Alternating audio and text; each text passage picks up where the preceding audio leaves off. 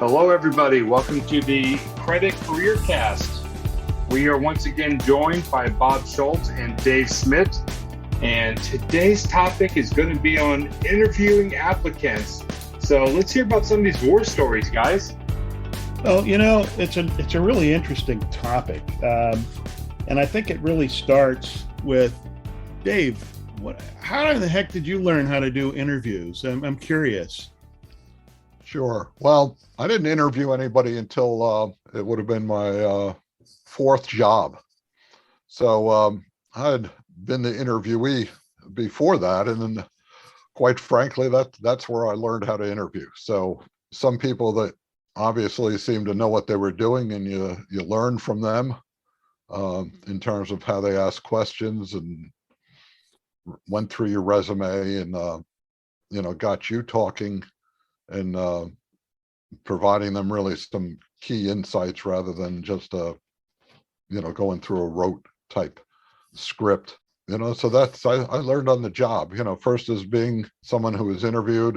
And as I said, so I didn't interview anybody's fourth job. So, I went through quite a few job interviews before that on my own, especially when you're coming out of college. When that time came, it was pretty natural. I knew what I wanted to do and wanted to ask in an interview. I think it was pretty straightforward. And I don't remember having any problems in terms of getting information out of the people I was interviewing, get a sense for how they'd work with my team and, what their knowledge base was and their experience. How about you, Bob? Well, it's kind of sad in a way because I hear what you're saying, but there was no formal instruction by anyone to say, this is the key components of an interview. This is how you start it and conduct it and so on. And I think most people fall into that boat. With me, about 150 years ago, when I was a college student, I had an internship in a personnel department, a HR department, and I was a gopher.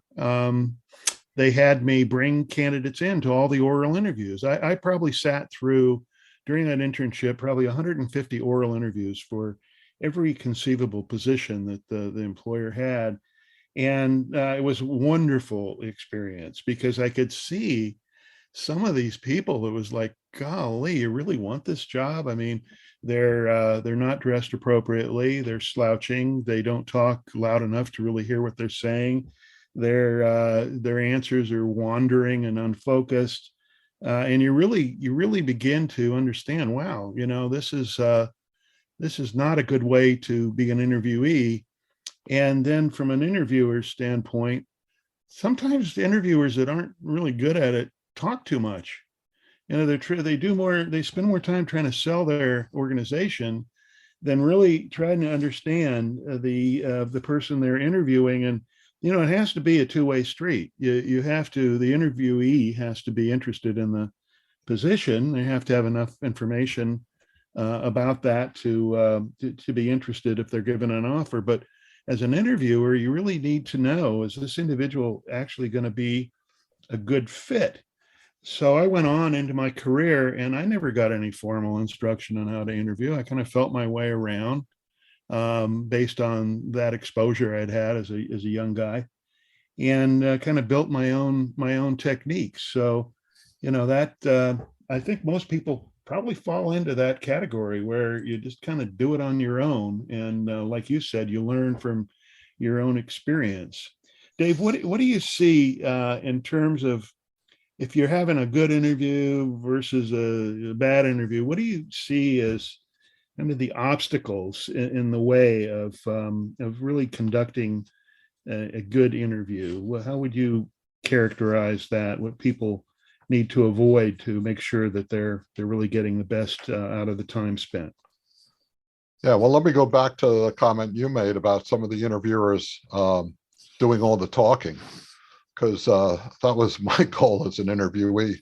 I always came prepared with a lot of questions and would ask them as appropriate throughout the interview. And I had a couple where, the interview went very well because the guy doing the interview or the gal doing the interview was doing most of the talking, and they seemed very happy with things, and I was sitting there absorbing and making my own decisions about the company and the position.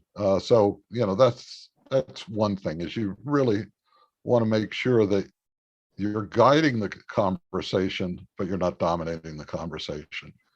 That's probably on the top. The other thing is, some people it's hard to get them to open up and hard to get them to,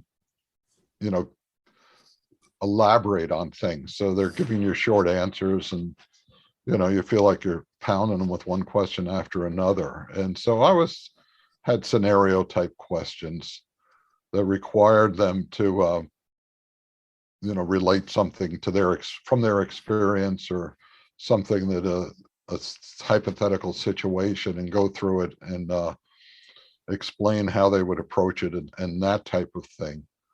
And I wasn't afraid to change things up, if it was sort of going stale or whatever, and I wasn't getting the responses I'd like, and they were obviously nervous or something like that. I tried to loosen them up, try to change the type of questions I was asking, and see if I could, and as I did when I was the interviewee, see as the interviewer if I could get them talking, because I wanted to have them talk as much as possible.